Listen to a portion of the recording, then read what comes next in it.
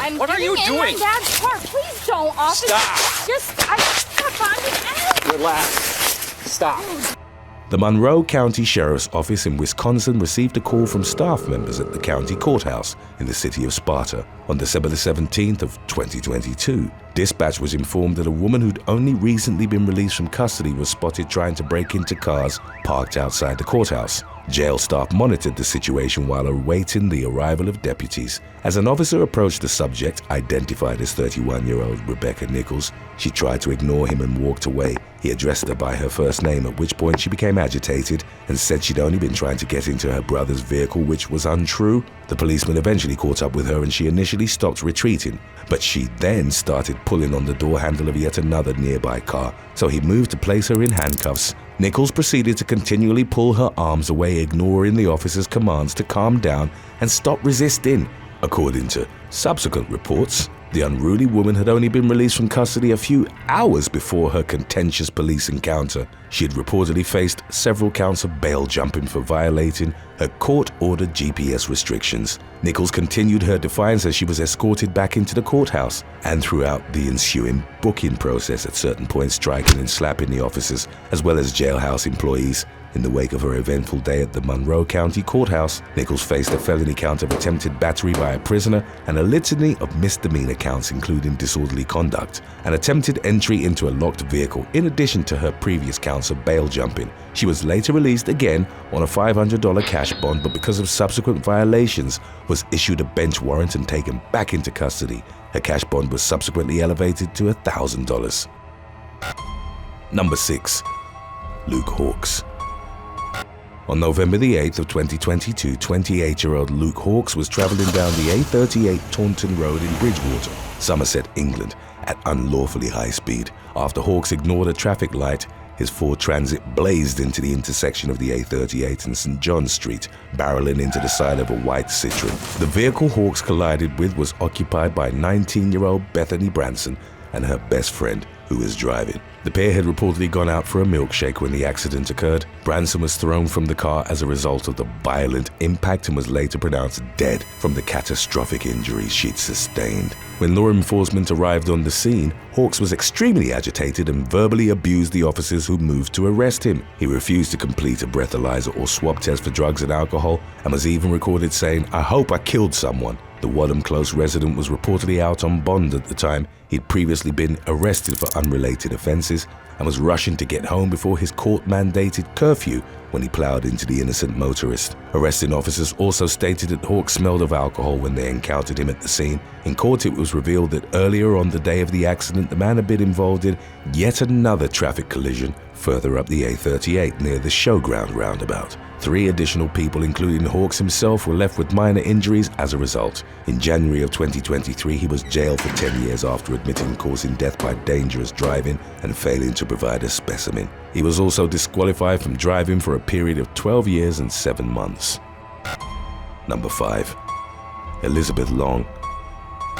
During the 2016 Christmas season, authorities in Yakima County, Washington, received complaints from several local residents who had packages stolen off their front porches. The sheriff's office was able to use surveillance footage of the thefts to identify the porch pirate as 37-year-old Elizabeth Long. The latter would tail delivery trucks on their route, then pretend to be the owner of the homes where parcels were dropped off. She already had an outstanding warrant in connection with an unrelated felony offense, and reports by the local press indicated that she was eventually apprehended. However, around Christmas time the following year, Long was spotted by video surveillance nabbing packages off people's porches yet again. Yakima police took her into custody for the 2nd year in a row, dubbing her the real-life Grinch. Number 4. Kelvin Guzman. Shortly after 7 p.m. on May the 26th of 2022, undercover police officers in Springfield, Massachusetts, carried out a traffic stop in the area of Fort Pleasant Avenue. As a detective began to exit an unmarked vehicle, he was suddenly rushed by the individual they were targeting, 23-year-old Kelvin Guzman. The latter crushed the officer's leg with the passenger side door. Guzman was subsequently restrained by detectives, aided by ATF agents who were assisting with the Hampden County Sheriff's Department's investigation. The suspect who had 3 prior convictions for distributing a Class A drug, was out on bail at the time. Authorities received a tip that he had a gun in his possession, a violation of his release, which prompted the traffic stop. There was a large capacity firearm loaded with 11 rounds of ammunition removed from Guzman's waistband when he was arrested. There was also reportedly about 25 grams of crack cocaine in his pocket. The detective who'd been attacked was taken to Bay State Medical Center with severe leg injuries, but was expected to be released after a few days. Guzman was hit with a myriad of additional charges, some of which were quite serious, including counts of cocaine trafficking, as well as assault and battery with a dangerous weapon. Number 3. Elisa Barthrick. North Carolina teen Elisa Barthrick went viral after posting her own mugshot to social media in December of 2014. The 18-year-old Raleigh resident had reportedly been arrested on charges of possession of a Schedule IV controlled substance with intent to distribute. She captioned the image of her booking documents with "surrendered myself at 7 a.m., got released at 11:30 a.m., before adding, "and my mugshot's cute." Barthrick was henceforth known as Cute Mugshot Girl by internet users, many of whom she proceeded to casually chat with in the replies below her original tweet. In one exchange, the teen was asked what she'd done, to which she responded, "Xanax, homie." The social media star subsequently made headlines again a few months later after being taken back into police custody for shoplifting in March of 2015. Barthrick remained relatively silent online about her latest run-in with the law. Number 2. Wendy Jones. A woman calling herself Rosa accompanied a man back to his room at the Cosmopolitan Hotel Casino after meeting him at the Vespa Bar along the Las Vegas Strip on February the 21st of 2021. After getting to the room, the pair ordered room service and drank a couple of margaritas. Rosa reportedly insisted that the unidentified man finish his entire beverage, which he did. He subsequently fell asleep and didn't wake up until late the following morning, whereupon he realized that he was missing $1,500 from his wallet, as well as his Audemars Piguet or AP royal watch valued at approximately $37,000. Believing he'd been drugged and robbed by the woman, he reported the incident to the police. A similar situation unfolded at the Cosmopolitan about a month later, when a different man brought a woman supposedly named Sarah back to his room for drinks. He fell asleep soon after, then awoke to find that his phone was missing, along with his Rolex Daytona worth about $45,000. The man told investigators that Sarah said she was visiting from Arizona, but he was able to describe a distinctive diamond tattoo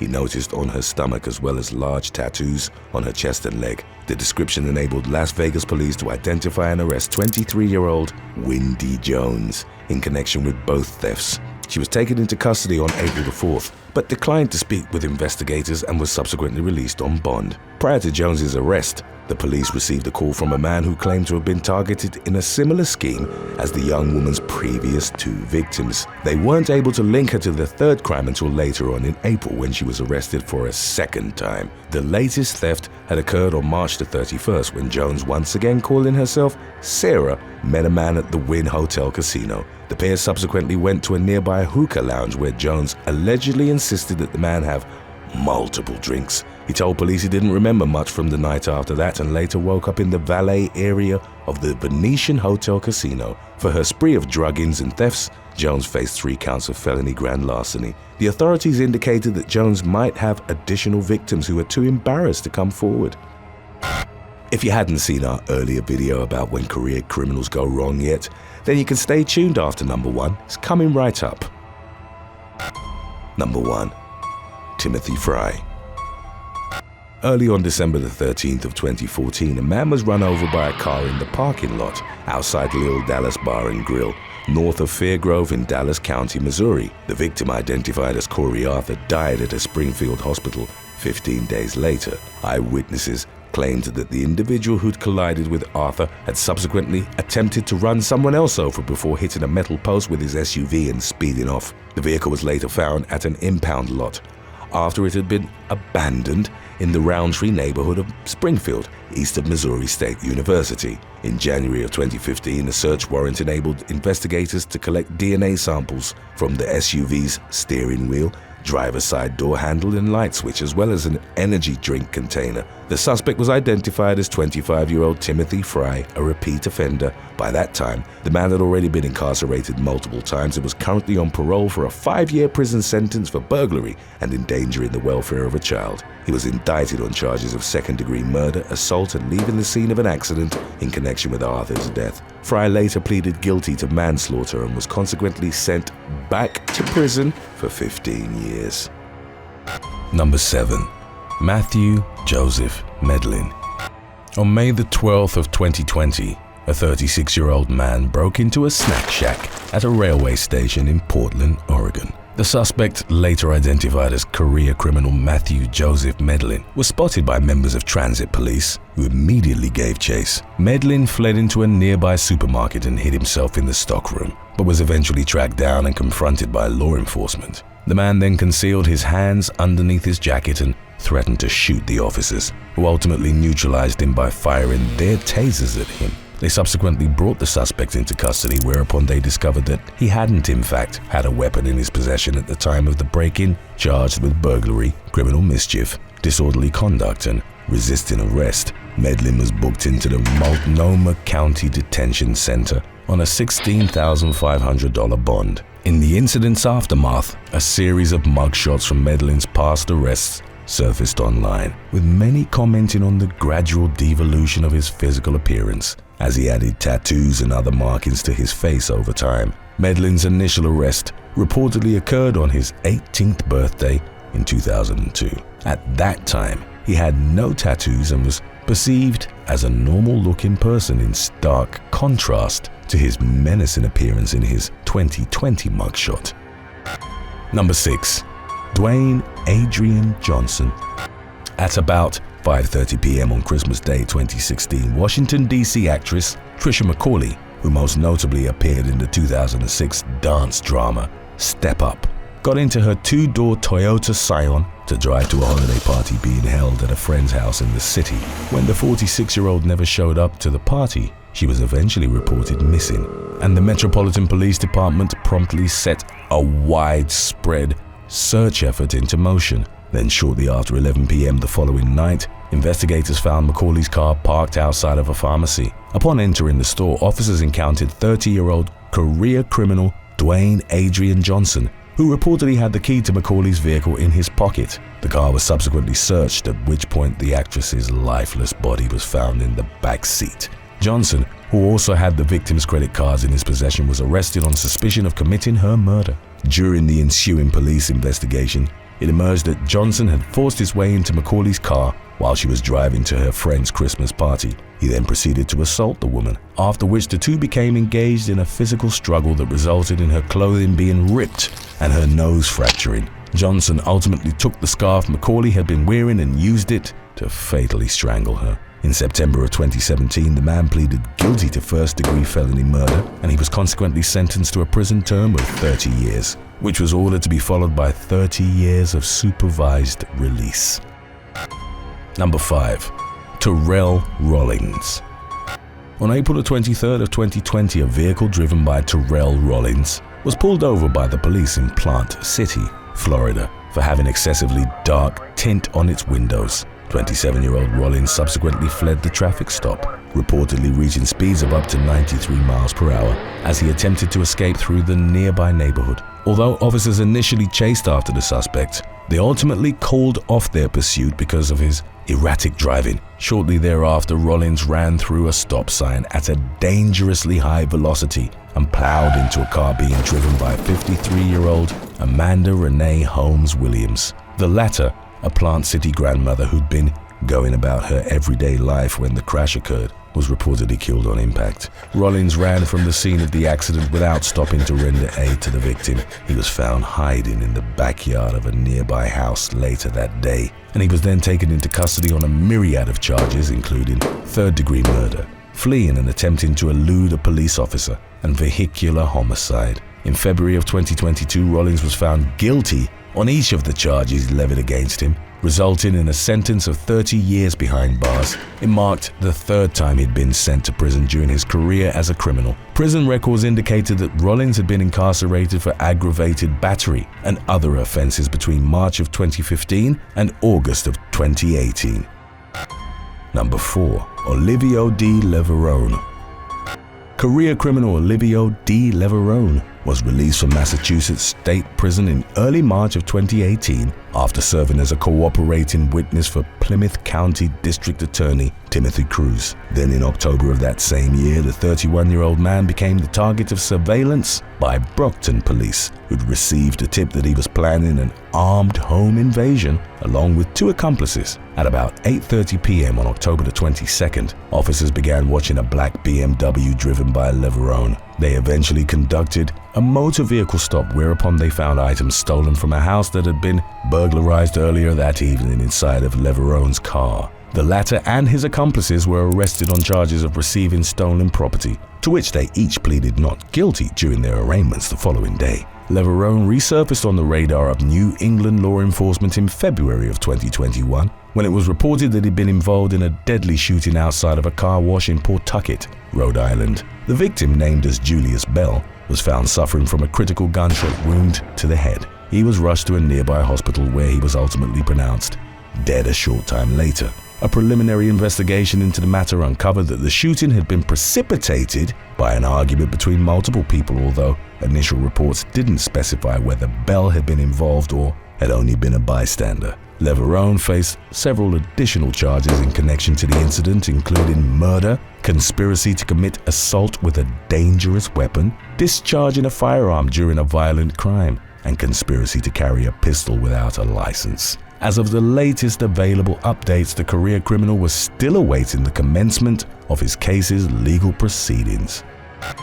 Number 3. Deshore Early.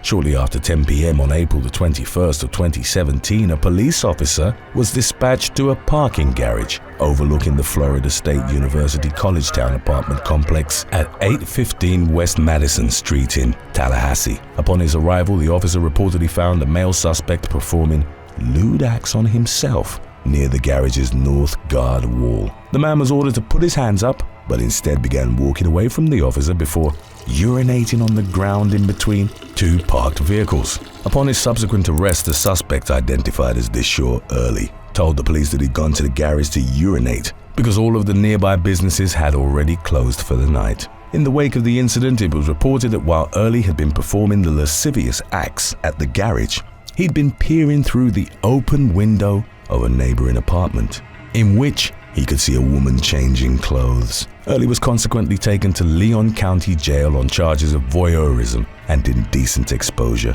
The 34-year-old man's criminal history reportedly went back to the year 2000 when he was arrested in connection to armed burglary and kidnapping charges. Number 2. Alan Jett.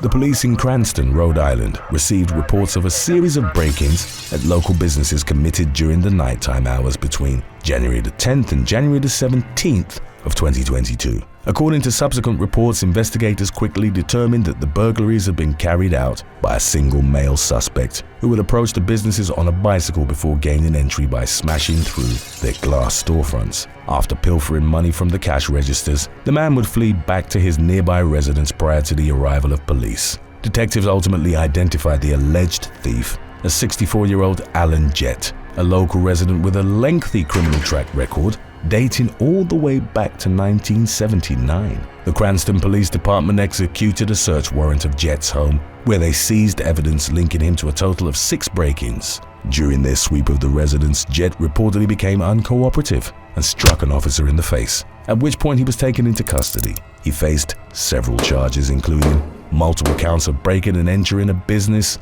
with the intent to commit a felony, as well as simple assault on a police detective. Prior to his 2022 arrest, Jett had most recently spent time in Rhode Island's adult correctional institutions after pleading no contest to charges of felony breaking and entering in May of 2005.